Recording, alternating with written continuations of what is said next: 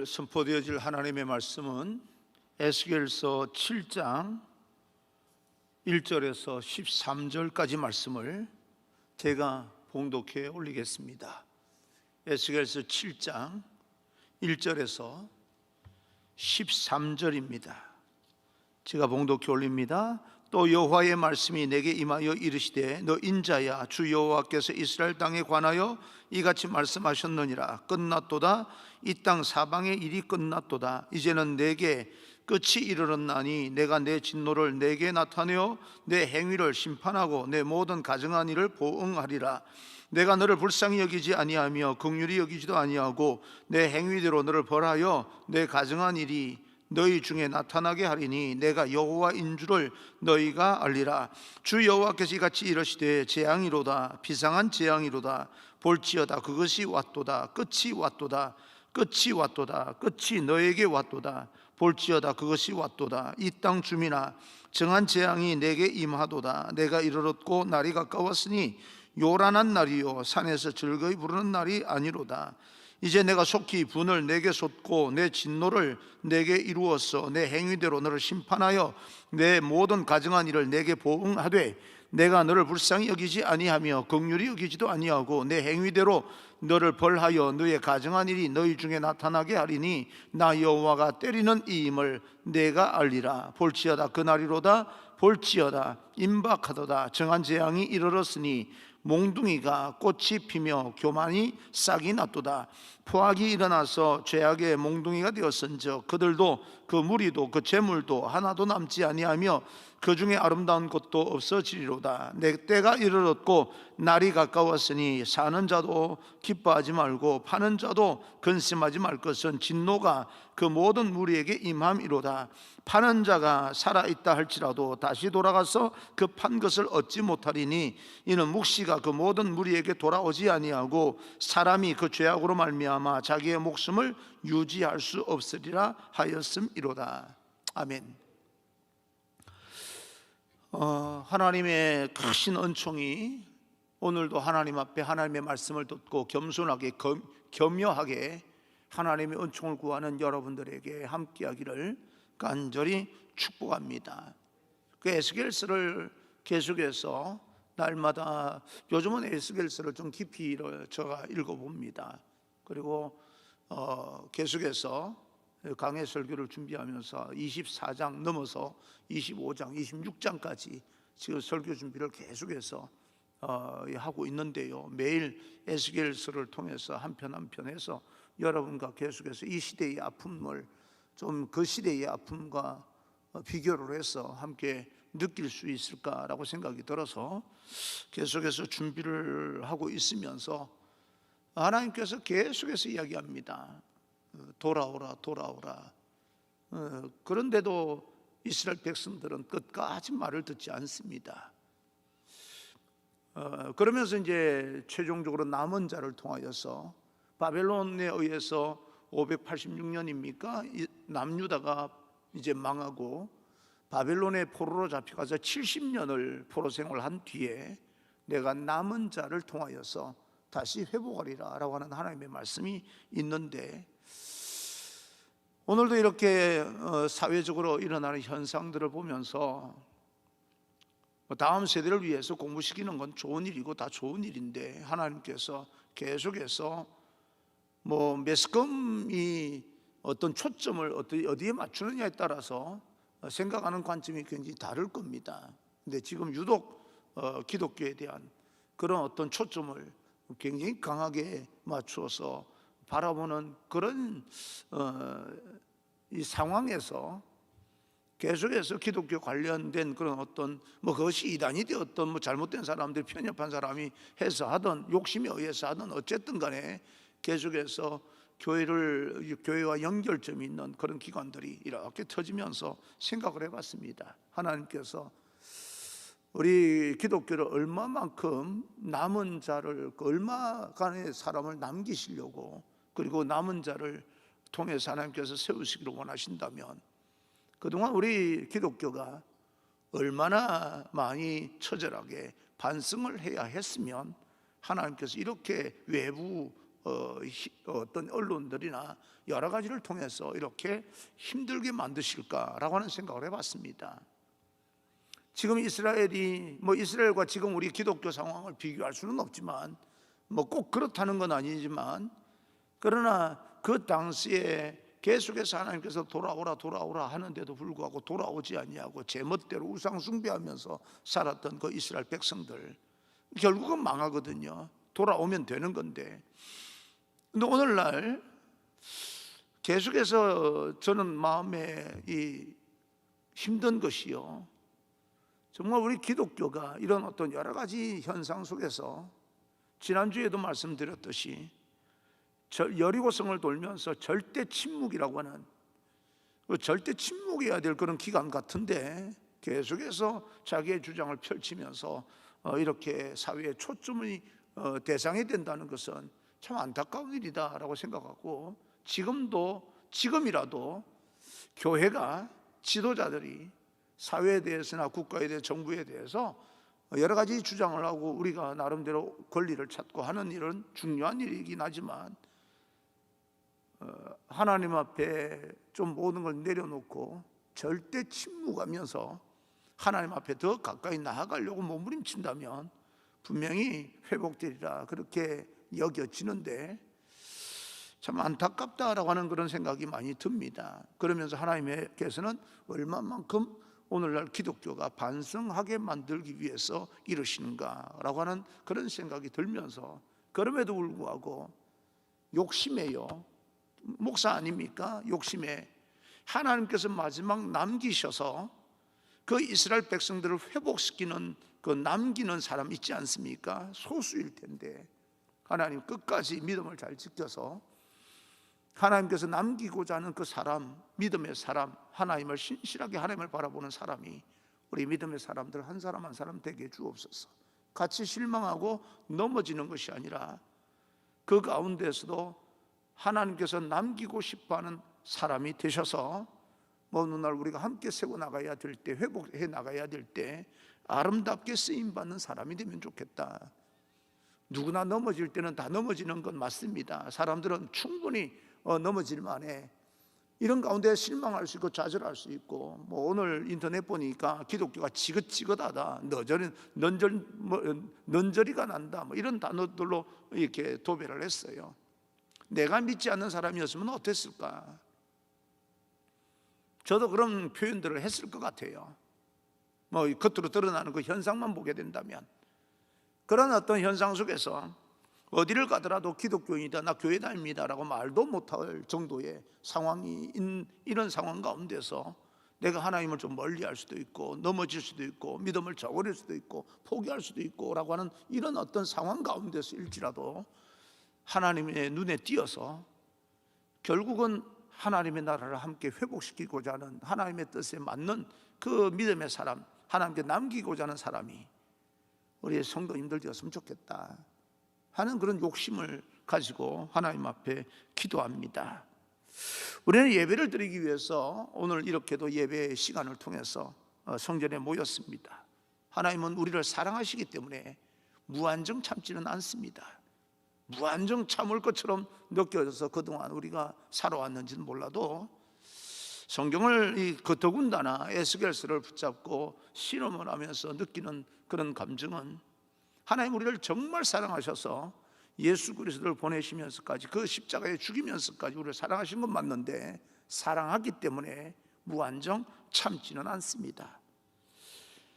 만약 우리가 예배 드리는 이 성전이 말입니다, 더러운 것으로 오염되어 있으면, 내가 원하지 않는 쓰레기로 이 성전에 가득 차 있고 우상들이 가득 차 있고 이곳저곳 파괴되어 있다면 마음이 굉장히 아플 거예요.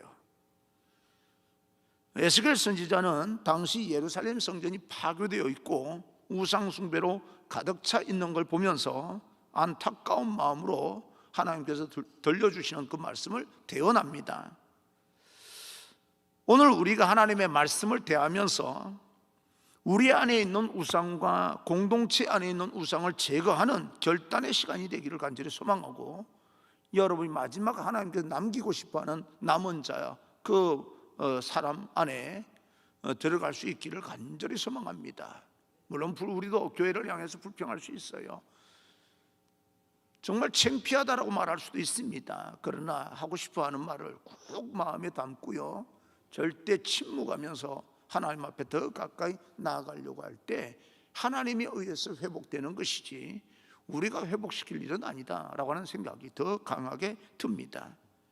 에스겔 선지자는 하나님의 심판은 반드시 철저하게 분명하게 이루어질 것을 계속해서 선포하고 있어요. 24장까지는 이 심판이 계속해서 반복이 됩니다. 심판의 예고가요.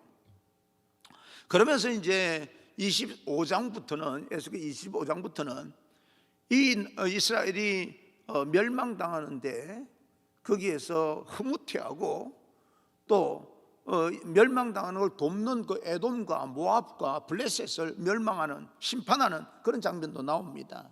아무리 힘들고 어렵다 할지라도 하나님의 백성들을 건드리면 하나님을 건드는 것과 같습니다.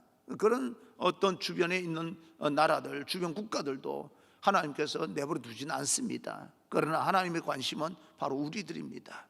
우리가 바르게 성장하기를 원하고 우리가 바르게 서 있기를 원하는 것이 하나님의 마음입니다. 그래서 오늘 성경에도 보게 되면 반복해서 등장하는 단어가 끝났다는 거예요. 하나님은 에스겔을 통해서 하나님의 심판은 반드시 철저하게 이루어지는데 이제 모든 상황이 마무리가 되었다. 그럼 뭔 말입니까? 이제는 심판을 행할 때가 되었다. 끝났도다. 끝이 이르렀도다. 너희에게 끝이 왔다라고 이야기를 합니다. 임박했다는 단어들은 하나님의 심판이 반드시 이루어진다는 것을 에스겔을 통해서 말씀하고 있습니다. 우리는 코로나 바이러스가 끝나기를 바라지만 하나님은 우리가 끝났다는 거예요. 무서운 이야기 아닙니까? 여러분 한번 생각해 보세요. 전 세계 모든 사람들이 코로나 바이러스가 지나가기를 원하고 있습니다. 그런데 하나님의 마음은 아직까지 아니라는 거예요. 너희들이 끝났다는 거예요. 아직까지도 너희들은 상황 판단이 안 되니? 이런 이야기를 하는 것 같아요.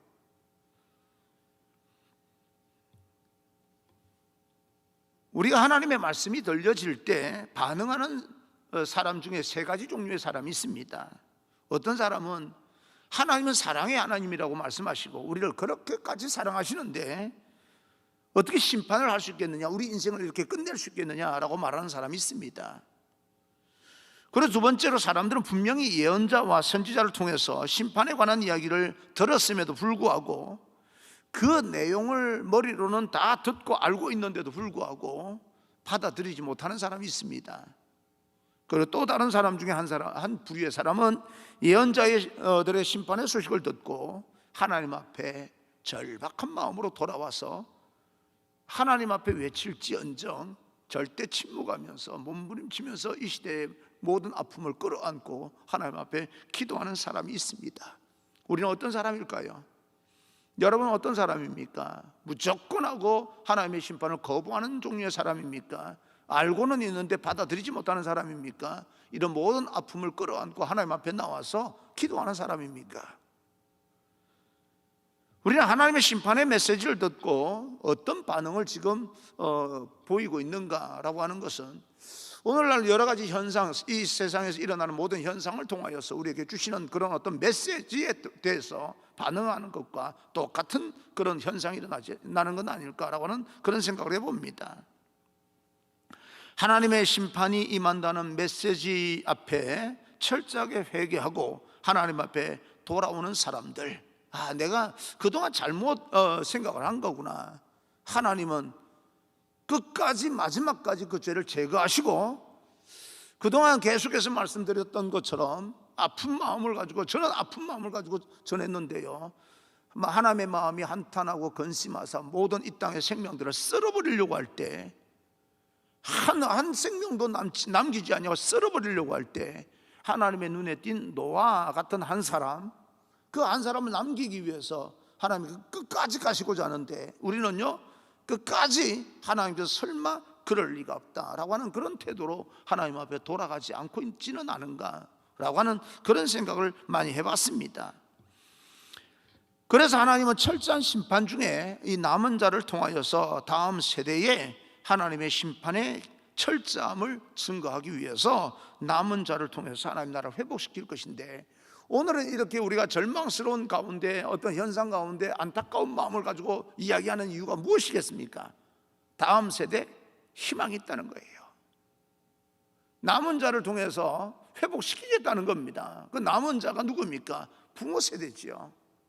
부모 세대 중에 남은 자를 통해서 다음 세대의 희망을 위해서 남기겠다는 겁니다. 그러니까 뭐예요? 지금은 심판의 이야기를 하면서 희망을 이야기하는 거예요. 결국은 듣기에는 힘들고 어려운 거지만, 힘들고 어렵고 부담스러운 그런 이야기를 들으면서 하나님 앞에 나가게 될 때 하나님께서 회복시키시고 다음 세대의 희망을 주겠다는 거예요. 그래서 4절에 이렇게 이야기합니다. 내가 너를 불쌍히 여기지 아니하며 긍휼히 여기지도 아니하고 내 행위대로 너를 벌하여 내 가정한 일이 너희 중에 나타나게 하리니 내가 여호와인 줄을 너희가 알리라. 하나님의 심판의 목적을 말씀하고 있습니다. 가증한 일을 두고 보지 않겠다, 심판을 하겠다. 우리가 세상에서 볼 때는 완전 범죄라고 하는 것이 있습니다. 전혀 끝까지 들키지 않는 문제가 있죠. 그러나 죄를 범하는 사람은 언제나 완전 범죄를 꿈꾸고 죄를 범하는 거 아니겠습니까? 그런데 세상에는 완전 범죄, 풀리지 않는 그런 어떤 사건이 있겠지만, 그러나 하나님 앞에서는 완전 범죄가 없는 겁니다. 하나님 앞에서는 절대 숨김이 없고요, 반드시 그 죄악이 드러나게 될 것입니다. 하나님의 심판은 이스라엘 백성들의 가증한 것, 그리고 즉 우상 숭배입니다. 제가라는 겁니다. 그 죄악을 드러내시고, 그리고 내가 여호와인 줄 알게 하기 위해서 심판을 행하십니다. 이스라엘 백성들은 하나님의 기적을 수없이 많이 본 사람이에요. 그리고 자기들이 그렇게 구원을 받았고, 애굽에서 나와서 광야 생활을 하면서부터 시작해서 가나안 들어갈 때까지 얼마나 하나님의 많은 기적을 보았습니까? 그 들어간 요단강을 건널 때도 기적이었고, 들어가서 바로 마주했던 여리고성을 무너뜨리는 것도 기적이었고, 얼마나 많은 기적을 보았습니까? 하나님의 도우심을 눈으로 보았고, 그리고 성전에서 하나님께 제사를 드리면서 하나님 앞에 무릎을 꿇었던, 하나님만 섬기겠습니다, 다른 모든 사람들은 이방 신을 섬기더라도 나는 오로지 하나님만 섬기겠습니다 라고 고백했던 그런 백성들입니다. 그럼에도 불구하고 하나님이 어떤 분이심을, 이 망각을 했는지 하나님의 심판을 통해서 하나님께서 어떤 분인지를 하나님께서는 알게 하시고 이 땅에 다시 하나님의 나라를 세우시기 위해서 끝까지 가보겠다는 겁니다. 남은 자 한 사람이 남더라도 내가 그 한 사람에게 모든 희망을 걸고 한 사람이 남더라도 가보겠다는 거예요. 그게 하나님의 마음이라고 나는 생각을 합니다. 예레미야서 5장 1절을 보게 되면 너희는 예루살렘 성을 두루 다녀보라. 그리고 뭐예요? 거기서 정의를 행하는 자, 공의를 행하는 자 한 사람이라도 찾으면, 한 사람이 남을 때까지 내가 가보겠다는 겁니다. 그것이 바로 노아 아닙니까? 그것이 바로 또 신약시대에 오면 예수 그리스도를 통하여서 이 땅을 새롭게 만드시는 하나님의 교회가 아니겠습니까?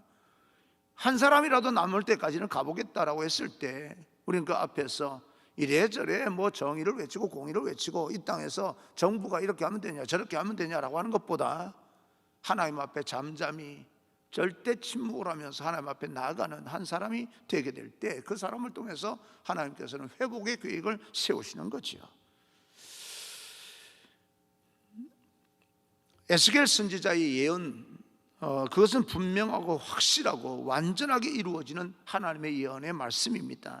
그런 것처럼 오늘날에도 우리에게 하나님의 예언의 말씀은 무수히 들려지고 있습니다. 구약시대의 말씀이기 때문에 우리가 상관이 없다. 이게 지금 몇천 년, 그것도 신약 성경, 예수 그리스도 오시고 난 뒤의 이야기도 아니고 예수님께서 오시기 전 이야기가 우리하고 무슨 상관이 있느냐라고 말할 사람도 있을지는 모르겠지만, 그러나 오늘날 이와 같은 그런 하나님의 메시지가 얼마나 우리에게 많이 들려지고 있는지 모릅니다. 무수히 들려지고 있는 거죠. 개인과 공동체와 이 민족의 죄악에 대해서 하나님은 그 시대뿐만 아니라 오늘날에도 계속해서 말씀하고 있는 거예요. 사건을 통해서, 현상을 통해서, 여러 가지 이야기를 통해서, 교회에서만 들려지는 것이 아니라 자연현상을 통해서, 예수 믿지 않는 사람을 통해서 계속해서 교회를 향해서 하나님께서 말씀하고 있는 것입니다. 그러면 오늘날 이렇게 들려지는 하나님의 말씀을 우리는 어떻게 적용을 할 것인가? 무조건 무시해버릴 것인가? 무조건 교회가 이렇게 타겟으로 해서 저것들이 저렇게 한다라고 말을 하면서 불평하고 원망하고 말 것인가? 계속해서 대항하면서, 우리는 프로테스탄트, 대항하는 그런 어떤 교인이니까 그러면 사회에 대해서 대항하라는 건가? 그렇지 않아요. 프로테스탄트라고 대항한다는 이 대항 정신은 천주교가 면죄부를 발행하면서 잘못된 신앙의 신앙이 자체가 잘못됐을 때 대항을 해서 신앙을 바로잡겠다고 대항한 것이지요. 이런 여러 가지 현상에 대해서 대항하는 그런 어떤 것이 아닙니다. 우리는 그 하나님의 심판의 선언, 이 예고, 예언을 바라보면서 하나님 앞에서 모든 죄가 드러날 것을 깨닫고 날마다 순간마다 하나님 앞에 두렵고 떨리는 모습으로 말입니다, 하나님 앞에 회개하며 자기 자신을 반성하며 나아갈 수 있는 그런 하나님의 자리가 백성이 될 때 그 사람을 통해서 하나님께서는 놀라운 기적을 일으킵니다. 여러분 삶의 자리가 바로 선교의 자리고 여러분 삶의 자리가 하나님의 성전인 걸 알고요, 지금 우리가 뭐라고 말할 입장이 아닌 건 분명한데 더 침묵하시면서 여러분이 맡겨진 일에 그냥 묵묵히 최선을 다하고 계십시오. 하나님의 은혜가, 큰 은혜가 우리에게 임할 줄로 믿습니다. 마지막 심판날에 어떤 일이 일어나는지 에스겔을 통해서 하나님께서 보여주시는데, 예루살렘과 유다 백성을 심판하시면서 그 결과를 보여주고 있습니다. 말한 대로 될 겁니다. 8절입니다 8절, 이제 내가 속히 분을 내게 쏟고 내 진노를 내게 이루어서 내 행위대로 너를 심판하여 내 모든 가정한 일을 내게 보응하되. 여러분 여지껏 살아오면서 하나님 앞에 섰을 때 자신 있으십니까? 여러분 어떻습니까? 정말 자신 있으십니까? 하나님께서 말씀하시는데 분을 내게 쏟아버리고 진노를 내게 이루어서 내 행위대로 심판하고 너가 했던 대로 그대로 갚아주겠다. 그 지금 우리가 했던 것은 예수 그리스도로 인하여서 해결받았다는 사실을 우리는 기억하면 됩니다. 그런데 우리가 그것을 기억하지 못하고 계속해서 우리 마음속에 하나님을 멀리하고 하나님께서 원하지 않는 그런 삶을 살아가게 된다면 하나님께서 말씀합니다. 내 행위대로 너를 심판하여서 라고 이야기, 다 드러내겠다는 거예요. 다 드러내겠다는 겁니다. 우연의 일치인지 몰라도 드러내시겠다고 하는 하나님의 말씀을 계속해서 묵상하고 있는데 지금 드러나고 있는 현상들이요, 하나님께서 드러내시는 건가? 이런 생각이 드는 겁니다.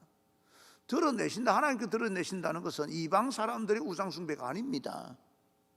그 사람들은 하나님 드러낼 필요가 없어요. 드러내겠다는 게 어디서 드러내겠다는 겁니까? 이스라엘 백성 안에서 드러내겠다는 거예요. 여러분 착각하지 마십시오. 우리 안에서 하나님께 드러내시겠다는 것이지 교회 밖에 있는 사람 통해서 드러내겠다는 게 아닙니다. 죄라고 하는 것은 이스라엘 백성들이 행한 우상 숭배의 죄가 드러난 것처럼 우리의 행한 모든 일들도 낱낱이 드러나게 될 날이 있습니다. 9절입니다 9절, 내가 너를 불쌍히 여기지 아니하며 긍휼히 여기지도 아니하고 내 행위대로 너를 벌하여 너의 가증한 일이 너희 중에 나타나게 하리니.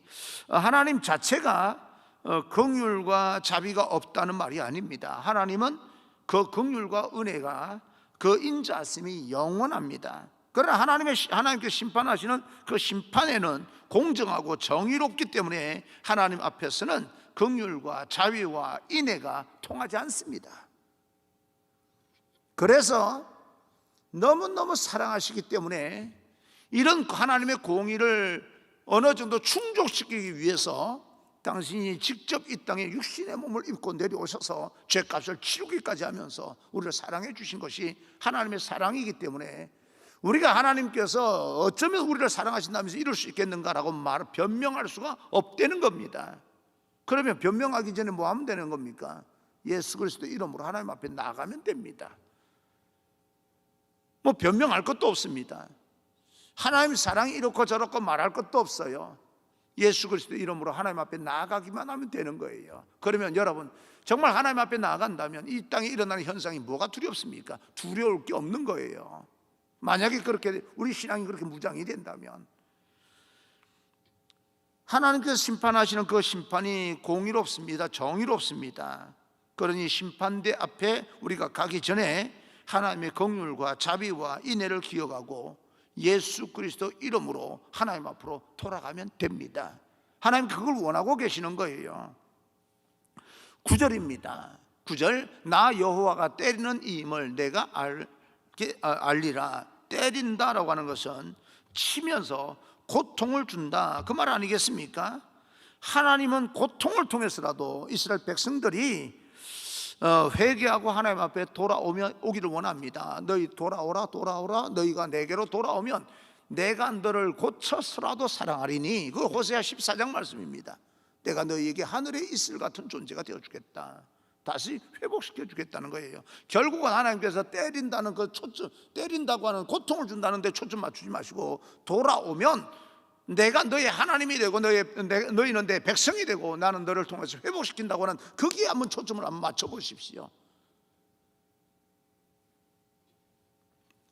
그럴 때 마지막 때에 세 가지 어떤 현상이 일어나게 되는데, 세 가지 일이라고 하는 것이 여러 가지 있겠지만 그 가운데서 하나님의 심판에, 먼저는 하나님의 심판의 방법과 도구가 나옵니다. 하나님 그걸 어떻게 해서 때리시고 어떻게 해서 우리에게 고통을 안겨줄 것인가. 이웃나라, 주변 나라, 국가들을 통하여서 우리를 고통을 안겨주고 아프게 만든다는 겁니다.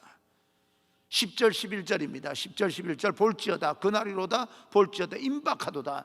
정한 재앙이 이르렀으니 몽둥이가 꽃이 피며 교만이 싹이 났도다. 포악이 일어나서 죄악의 몽둥이가 되었은즉 그들도 그 무리도 그 재물도 하나도 남지 아니하며 그 중에 아름다운 것도 없어지리로다. 여기서 나오는 몽둥이, 교만, 포악, 이런 여러 가지 것들은 바벨론을 묘사하고 있는 겁니다. 그 바벨론의 세력이 강대해져서 하나님이 바벨론을 들어서 우상 숭배하고 죄악 가운데 있는 이스라엘 백성들을 아프게 만들겠다라고 하는 것입니다.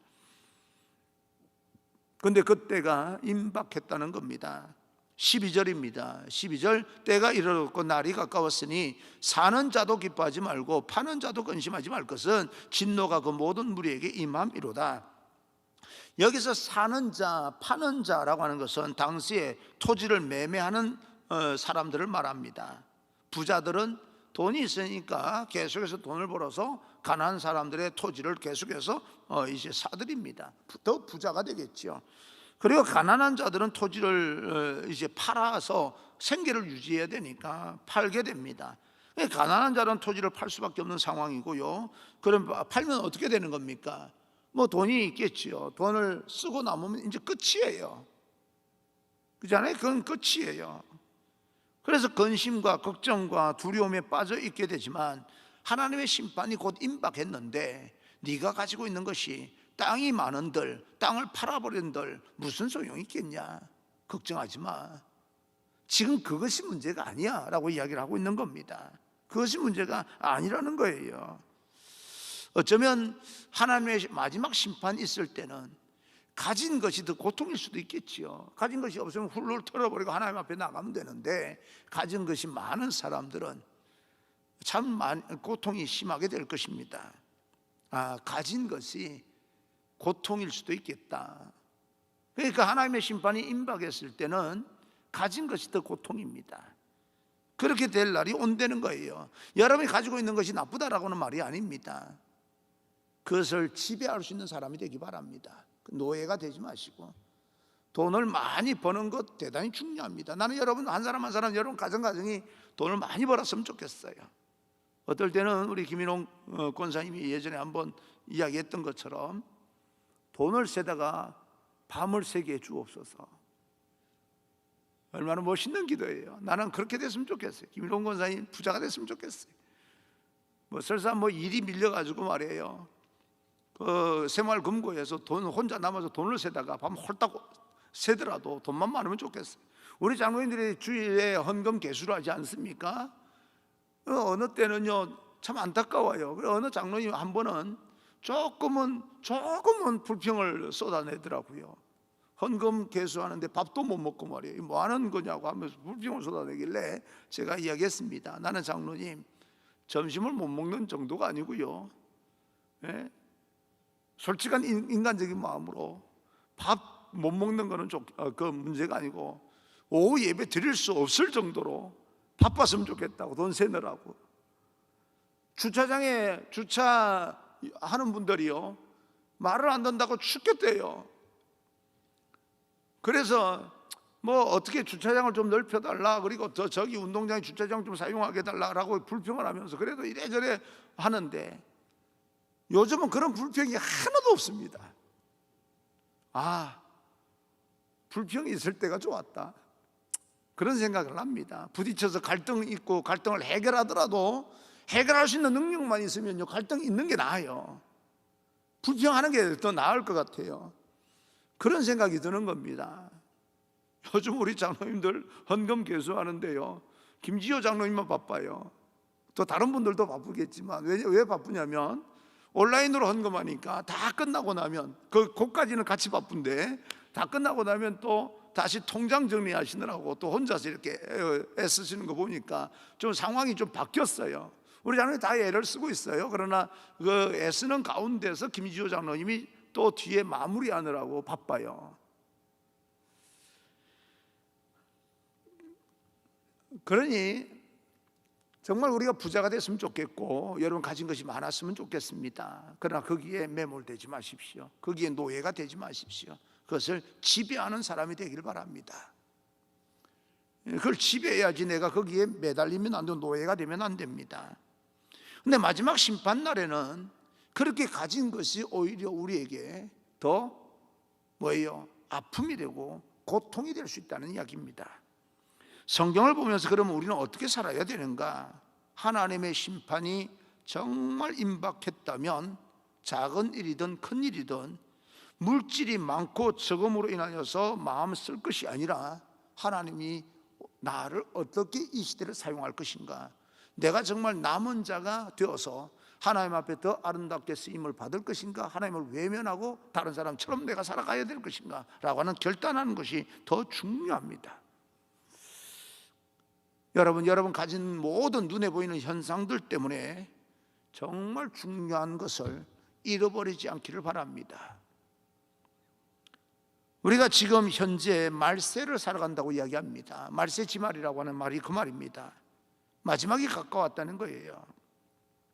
우리가 진정 하나님의 심판이 가까웠다고 생각을 한다면 우리가 추구하고 계획하고 유통하는 모든 것들이 허무하게 생각하는 때가 반드시 오기 때문에 그 때가 오기 전에 우리는 창조주 하나님을 기억한다고 하는 것, 하나님을 기억하고 하나님 앞에 더 많이 엎드린다는 것, 그리고 그렇게 하나님 앞에 엎드리게 될 때 실질적으로 우리 안에 내공이 점점 더 깊어짐으로 인하여서 어떤 상황 가운데서도 흔들리지 않냐고 바로 서 있을 수 있는 사람이 됩니다. 요즘은 이 소상공인들, 그죠? 자기 집을 가지고 자기 사업을 하는 사람은 견디는 것 같아요. 보니까 뭐 시간이 지날 때까지 견디면 되는 거니까. 그러나 세를 얻어서 하는 사람은 정말 힘든 것 같아요. 보니 너무너무 힘든 것 같아요. 그런 가운데서 그것을 어찌됐건 현실은 세를 주고라도 견뎌야 되는 거 아닙니까? 예? 그것을 팔고 또 다른 일을 꿈꾸더라 모든 걸 다 주저앉았다 할지라도 모든 걸 다 포기해버리고 정말 탈탈 털어버리고 어찌할 바 모르고 절망을 느낀다 할지라도 또 어느 순간에는 일어서야 되는 거 아니겠습니까? 그러기 위해서는 뭐예요? 내공이 필요한 거죠. 깊은 영성이 필요하고 내적인 힘이 있어야 되는 거예요. 어차피 일어서야 되는 거예요. 그렇다고 인생을 포기할 수는 없는 거 아니겠습니까? 있는 사람들만 견디는 세상이 아니고 없어도 견뎌야 되는 거 아니겠습니까? 그러기 위해서는 현실은 막막하고 절망이라고 다 알지요. 이야기 들어서 모르는 사람이 어디 있습니까? 그리고 나도 이래 보니까 이 답답하게 저도 마음이 많이 무너지는 것 같은 느낌이 들고, 이게 왜 이럴까라고 하는 생각이 들어서 하루 종일 마음이 불안하고요. 이게 뭐가 안 잡혀요 이게. 그런데 오죽 그 현실 속에서 살아가는 사람, 모든 걸 잃어버리는 사람들이 얼마나 절망을 느끼겠습니까? 그게 조금만, 아주 조금은 느껴지는 이런 상황 가운데 일지라도 지나가고 나면 또 다시 일어서야 될 거 아니겠습니까? 또 도전해 나가야 될 거 아니겠습니까? 그러면 뭐가 지금 우리에게 필요한 겁니까? 자본도 중요하고 뭐도 통로도 중요하고 하지만, 그래도 다시 일어서려고 할 때 일어설 수 있는 내적인 힘이 더 필요한 거죠. 다 잃어버리고 털털털해서 정말 나는 남은 거 하나도 없어라고 하더라도 일어서야 될 거 아니겠습니까? 사랑하는 성도 여러분, 좀 더 심하게 말씀드려서 죄송하기는 하지만 하나님의 심판은 반드시 분명히 철저하게 이루어질 것이고, 저와 여러분들의 모든 행위는 반드시 드러나게 될 것입니다. 그러나 오늘 하루 살아가면서 우리의 행위와 말과 모든 삶의 모습이 우리가 속한 그 공동체 안에서 어떻게 펼쳐지는지를 다시 한번 돌아보고, 하나님께서 원하시는 그 자리로 다시 한번 돌아가서 기도의 자리, 말씀의 자리, 예배의 자리, 어느 곳이 되었든, 성전이 아니라 할지라도 어느 장소에서든 간에, 영상으로든 아니면 여러분 삶의 자리가 어디에서라도 하나님 앞으로 좀 더 깊이 한번 하나님과 나와의 관계를 한번 생각을 해보면서, 이 시대를 그런 하나님과 관계 속에서 이루어지는 그런 어떤 영적인 통찰력으로 세상을 다시 한번 분석을 하게 된다면, 우리가 어떻게 해야 될 것이 분명히 어떤 지혜, 하늘의 지혜가 떠오를 것입니다. 그 지혜로 여러분 승리하시기를 주님 이름으로 축복합니다. 오늘 말씀이 또 요즘 일어나는 그런 현상들과 조금은 매치가 되는 건지 안 되는 건지 모르겠지만, 하나님의 심판의 메시지가 워낙 강하고요, 그대로 이루어지는 그런 상황 가운데서 이것이 하나님의 뜻으로 봐야 되는 것이 지나가는 자연재해로 그냥 지나가는 것으로 봐야 되는 건지, 정말 이 생각하기 복잡합니다. 여러분 어떻게 생각을 하십니까? 자연재해로 그냥 지나가는 겁니까? 아니, 하나님께서 이 시대, 이 어떤 우리 이 인류 시대에 하나님의 교훈하는 그 메시지로 받아들여야 되는 것입니까? 여러분들도 함께 좀 고민해 봤으면 좋겠습니다. 지금 코로나 바이러스가 단순한 그런 어떤 감염병인지, 하나님의 메시지, 던져주는 메시지가 있는 건지를 우리가 다시 한번 돌아보고, 거기에 대해서 반응하게 된다면 사회에 대해서나 여러 가지 현상에 대해서 회복되는 놀라운 역사가 분명히 나타나게 될 것입니다.